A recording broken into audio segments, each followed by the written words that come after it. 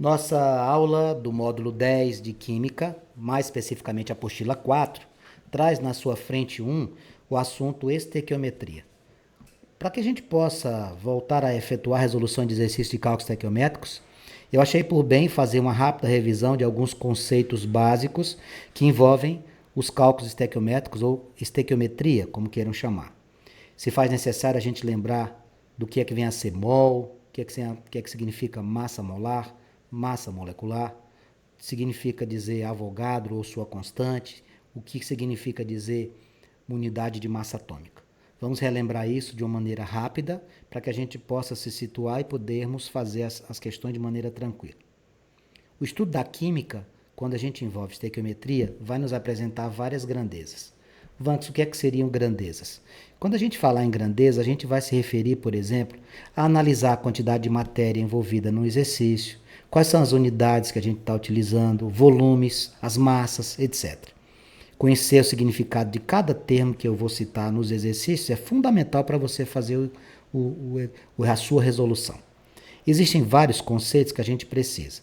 Dentre eles, a gente vai começar com o conceito de medidas. O que é que seria medida? Medida é muito simples, amigos. Quando a gente estuda física, a gente trabalha, por exemplo, com grandezas escalares e grandezas vetoriais. A gente aprende lá na física que grandeza escalar a gente precisa de um número e de uma unidade. E que a grandeza vetorial precisamos de intensidade, direção e sentido. No caso do estudo químico, no caso da estequiometria, o que é que nós vamos chamar de medida? Vamos chamar de medida aquilo que a gente na física chama de grandeza escalar. Vamos pegar um número e uma unidade. Medidas para nós seria um número e uma unidade. Eu digo lá para você, 2 litros, número vezes uma unidade, medida de volume. 3 horas, 3 vezes H, uma medida de tempo. 22 gramas, 22 vezes G, uma medida de massa. Portanto, quando eu me referir a um produto de um número com unidade, medida. Pronto, só isso. Se você quiser fazer uma analogia com a física, lembre da grandeza escalar. Algumas peculiaridades da unidade e do símbolo que representam as unidades que a gente trabalha, que normalmente a gente vai se deparar. Unidade grama, letra G. Unidade litro, letra L. Coulomb, C maiúsculo. Hora, H. Joule, J. Duas coisas que eu queria chamar a atenção para você. As unidades têm como símbolo letras minúsculas. Aí você poderia me questionar. Vanks, litro está com L maiúsculo. Sabe por quê? Porque quando eu coloco o L minúsculo, ele fica parecendo com o I. Aí a gente faz a opção de colocar para litro, excepcionalmente, uma letra maiúscula, para você não confundir a fórmula minúscula do numeral 1, senão vai dar problema. Coulomb, por que apareceu Coulomb e Joule com letras maiúsculas? Quando as unidades fizerem alusão ou alguma homenagem a algum nome de algum cientista, esse seu nome deve ser colocado com letra maiúscula. Coulomb é homenagem a cientistas, Joule é homenagem a cientista, assim como Watt é homenagem a cientista, Newton é homenagem a um cientista. Essas unidades, portanto, deveriam ter como simbologia letras maiúsculas. Outra coisa que eu queria chamar a atenção a você é o seguinte, você pode falar 1 grama, 2 gramas, 1 litro, 2 litros, 1 hora, 2 horas, porém, você não vai acrescentar nada na simbologia. 1 grama, tá aqui. 5 gramas, eu falo gramas, mas eu não vou colocar GS, eu continuo colocando G. A unidade mol é a unidade fundamental na estequiometria, o seu símbolo não tem nada diferente do seu próprio nome. Mol, o seu símbolo é escrever mol mesmo. Vanks, o que é mol? Mol, pessoal, é unidade de grandeza, quantidade de matéria. Mol é a unidade de grandeza, quantidade de matéria. Muitas vezes a gente vai encontrar isso aqui no plural, você vai encontrar mais. Então, unidade, mol, o símbolo continua mol. O plural, mols, lembre-se, o símbolo você deixa quieto. Vanks, mas como é que eu vou trabalhar, por exemplo, com o mol de alguma coisa? Eu vou fazer uma analogia aqui com o que cotidianamente você faz uso. Quando você fala uma dezena, você se refere a 10 unidades. Quando você fala uma centena, você se refere a 100 unidades. E quando você fala em mol, você fala em grupo também. Um mol corresponde a 6,02 vezes 10 elevado a 23. Isso aqui chama-se constante de Avogadro.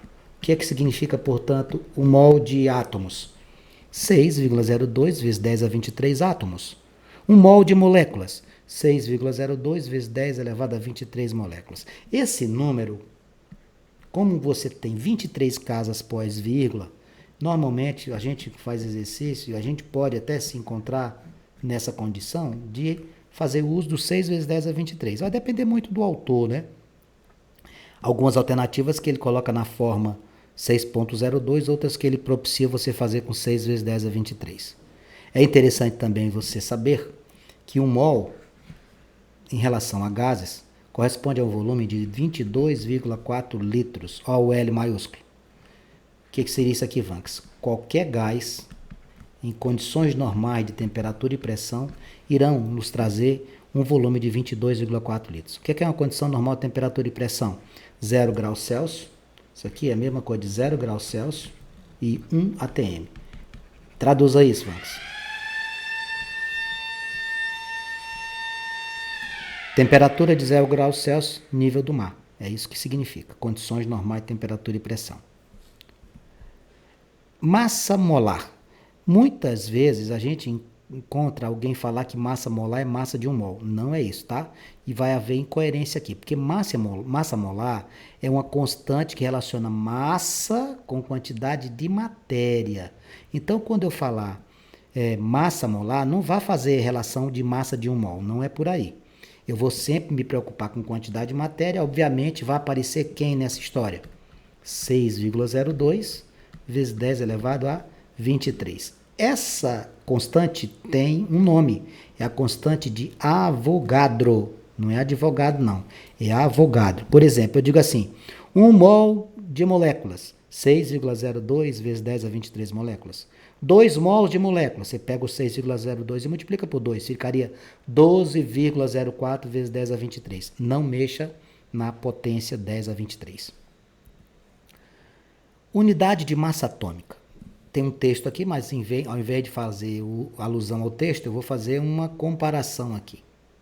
Quando você, por exemplo, no sistema internacional se refere à massa, você está citando grama. Quando você se refere a volume, você está citando litro. Na prática, quando você, por exemplo, vai até uma loja que vende tecidos, você compra lá 2 metros de um determinado tecido. Quando você vai no posto de gasolina, você coloca 10 litros de um determinado combustível. Quando você vai ao açougue, você compra 3 quilogramas de um determinado tipo de carne. Todos eles possuem uma unidade. Na química, nós também temos uma unidade. A unidade de massa atômica, que nós vamos representar pela letra U minúscula. O que seria isso, Vanks? Eu preciso de uma referência. Eu preciso de alguma coisa que sirva como um padrão, uma referência para você poder fazer uma escala entre as situações que você se apresenta. Seja mais claro, serei. Na química, a gente vai pegar o átomo de carbono, o isótopo 12. O que é o isótopo 12? Que tem massa 12. Dividi-lo em 12 partes. Quando você dividir isso aqui em 12 partes, e você pegar uma delas, ou seja, 1/12 do isótopo de carbono 12, isso aqui vai ser a sua unidade de massa atômica. Pronto. Então quer dizer que, quando eu falar para você U, eu estou dizendo que o U, que é a unidade de massa atômica, corresponde a quê? A 1/12 do isótopo de carbono 12. Vamos imaginar que eu diga assim para você, olha, o elemento X tem massa 20U. O que significa isso? Significa dizer que o X tem uma massa atômica 20 vezes maior do que 1/12 do isótopo de carbono. Quem definiu isso aqui para nós foi quem? Foi o IUPAC. O que é o IUPAC, Vanks? Aqui a gente está se referindo a Instituto ou União Internacional de Química Pura e Aplicada. Então é assim que nós vamos trabalhar, ok? Para que a gente possa colocar isso em prática, eu cito a você uma necessidade fundamental. Eu até coloquei já a primeira questão aqui que aparece na nossa apostila, lá no módulo de número 10. Mas antes de resolvê-la, eu queria lembrar para você de Proust e lembrar de Lavoisier. Você precisa, em todos os exercícios, lembrar desses dois cientistas maravilhosos aqui. Proust nos traz a lei das proporções constantes. Então, se eu tenho, por exemplo, 2 mols de A reagindo com 4 de B, 4 mols de A reagem com 8 de B. Literalmente uma receita de bolo, a prática da lei de Proust. E a lei de Lavoisier? Se Proust traz para nós a lei das proporções constantes, Lavoisier nos apresenta a lei da conservação das massas. A quantidade de reagentes igual à quantidade de produtos. A gente vê muito isso na hora que a gente está fazendo balanceamento de equações. Nesse momento, dentro da estequiometria, nós vamos utilizar a lei de Proust e Lavoisier para fazermos os exercícios propriamente ditos, ou seja, trabalhar sempre com regra de 3. Regra de 3 é a chave dos exercícios de química em matéria de cálculo. Regra de 3 simples. É isso que você tem que fazer. Primeira coisa que você tem que verificar se a equação está balanceada. Em alguns exercícios, como este que se apresenta para você, a equação vem balanceada. Outras vezes não vem. Está vendo aqui, ó? Que já está balanceado. Ele te deu o número de mols de todo mundo. Às vezes, esse comportamento não é padrão. Ele diz assim, conforme a equação não balanceada, aí o primeiro passo seria o quê? Fazer o balanceamento. Por favor, considere balanceamento como a primeira observação a ser feita. Sem equação balanceada, o exercício vai dar errado. Então, aqui na questão de número 1 de nossa apostila, do módulo 10, trouxe-nos uma questão que foi cobrada no Enem. O peróxido de hidrogênio, Vanks, quem é o peróxido de hidrogênio? Peróxidos são aqueles compostos onde você tem o oxigênio com NOx-1. Por exemplo, água oxigenada, H2O2. Está aqui ela, ó, bem aqui. O peróxido de hidrogênio é comumente utilizado como antisséptico e alvejante. Também pode ser empregado em trabalhos de restauração de quadros enegrecidos e no clareamento de dentes. Na presença de soluções ácidas de oxidantes, como permanganato de potássio, esse óxido decompõe conforme a equação a seguir. De todo esse texto, o que é que você precisa? Você precisa da equação. O resto é irrelevante para efeito de cálculo. Começa o teu exercício aqui, na equação. Está balanceada? Está.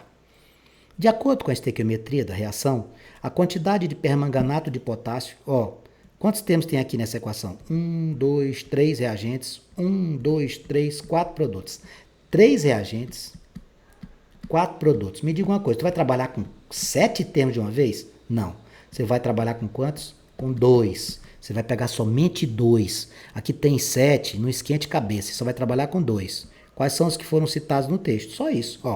De acordo com a estequiometria da reação descrita, a quantidade de permanganato de potássio, necessária para reagir completamente com 20 ml de uma solução de concentração 0,1 de peróxido de hidrogênio. Quer dizer então que eu vou pegar somente eles dois, só, mais ninguém. Você não precisa se preocupar com ninguém. O que é que você vai fazer aqui? Você vai pegar o 5H2O2 e vai pegar quem?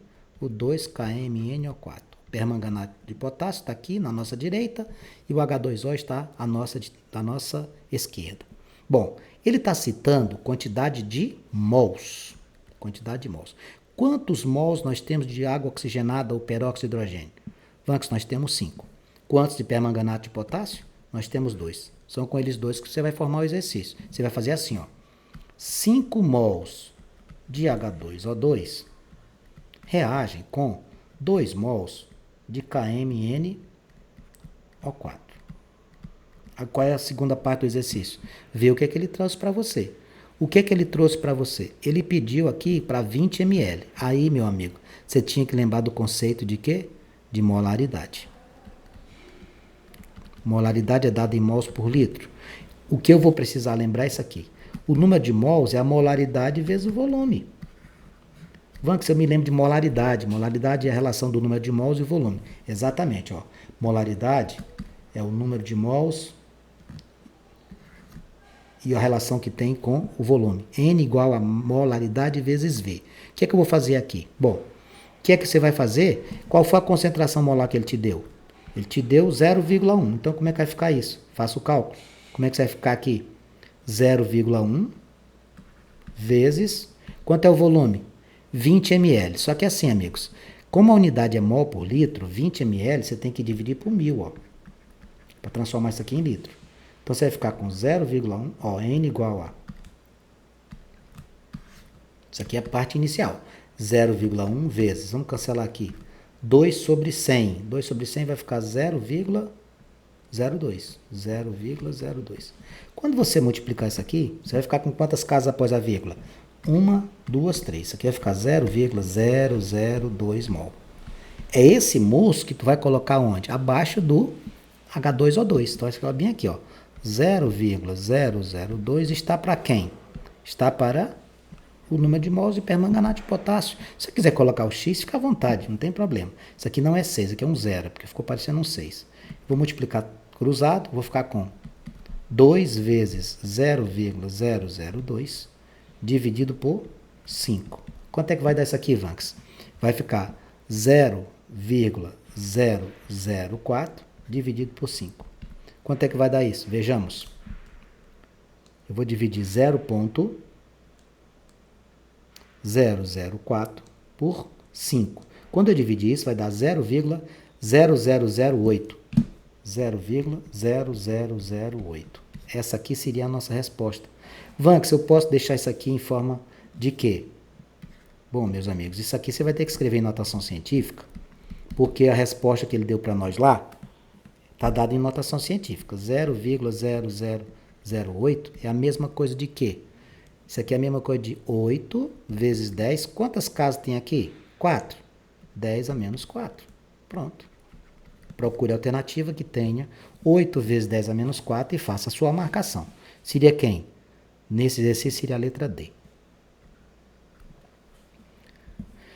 Na questão de número 2, ele diz assim, outra do Enem. Olha o tamanho dessa questão, moçada. Vários combustíveis alternativos estão sendo procurados para reduzir a demanda por combustíveis fósseis, cuja queima prejudica o meio ambiente, devido à produção de dióxido de carbono, cuja massa molar é 44. Está dizendo bem aqui para nós que o CO2 tem mol 44 gramas. Tá? Dióxido de carbono, você precisa fazer a fórmula dele. 3 dos mais promissores combustíveis alternativos são hidrogênio, metano e etanol. A queima de 1 mol de cada um desses combustíveis libera determinada quantidade de calor. Então aqui, ó, ele te deu a massa molar, te deu o calor liberado. Aí ele diz assim, considere que foram queimadas massas independentemente desses 3 combustíveis de forma tal que em cada queima foram liberados 5.400 kJ. Preste atenção às informações. Quilo é vezes 1000, tá? O combustível mais econômico, ou seja, o que teve a menor massa consumida, e o combustível mais poluente, aquele que produziu a maior massa. Olha só, tu tem 2 perguntas aqui. Ele quer saber qual é o combustível mais econômico e ele quer saber qual é o combustível que produz mais dióxido de carbono. São 2 perguntas. Bem, o mais econômico, ele ainda quebrou o galho e diz assim, ó, o mais econômico é aquele que tiver a menor massa consumida. É óbvio, você gasta menos. Então, o que é que eu vou fazer? Eu vou fazer esse exercício em 2 partes, amigos. Eu vou ter que primeiro calcular a economia, depois eu vou calcular a produção de CO2. Então, o primeiro passo que eu vou fazer aqui, primeiro, vamos calcular a economia. Como é que eu faço a economia? Muito simples. Vai lá naquela tabelinha que tem ali. É só você fazer, ó. Vamos fazer para o H2. Presta atenção. 2 gramas produz quanto de energia? Calor liberado? 270 kJ. Qual é a energia para todo mundo? 5.400. 5.400 kJ tá para X. X igual 5.400 vezes 2 dá 10.800. Quando você multiplicar cruzado aqui, vamos ganhar espaço e tempo. 10.800 dividido por 270. Quanto é que vai dar isso, Vanks? Ao dividir 10.800 por 270, eu vou encontrar 40. Pronto. Então, hidrogênio, 40 gramas. Quem é que vai ser a opção melhor? Que gastar menos. Façamos aqui, eu vou ter que dividir isso aqui, espaço para todo mundo, porque senão não vai dar para a gente fazer todo mundo. Qual é o segundo que você vai fazer, Vanks? O segundo que eu vou fazer é o gás metano, né? CH4. Vanks, onde é que eu encontro gás metano? O gás metano, amigos, você encontra nas fossas, nos aterros sanitários, nos lixões, tudo isso aí tem gás metano, tá? CH4. Como é que você vai fazer a relação? Do mesmo jeito da anterior. Pega quem? 16 gramas. Qual é que ele produz? Quanto de energia que ele libera? 900 kJ. Para produzir 5.400 kJ, tu vai precisar de X. Pronto.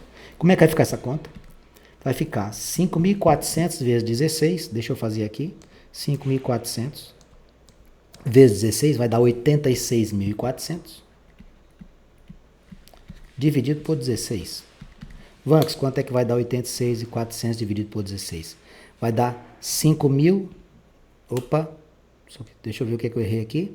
5.400 vezes 16. Deixa eu fazer de novo aqui, amigos. 5.400 vezes 16. Vai dar 86.400. Qual é o número que eu coloquei aqui? Eu cometi um erro, sabe por quê? Porque quando eu cruzo, vai dividir por 900, tá?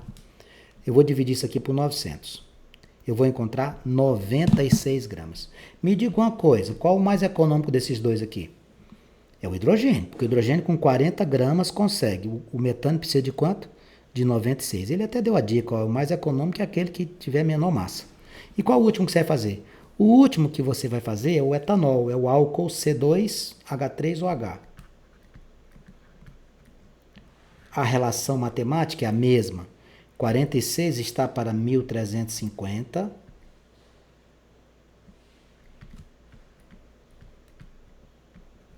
Kilojoules. Para 5.400 eu precisarei de X. Amigos, o espaço está muito pequeno, eu vou fazer o cálculo, eu vou só colocar ali, tá? Vai ficar como? 5.400. Você multiplica com 46, porque é cruzado, ó. 5.400. Multiplica com 46, você vai encontrar 248.400.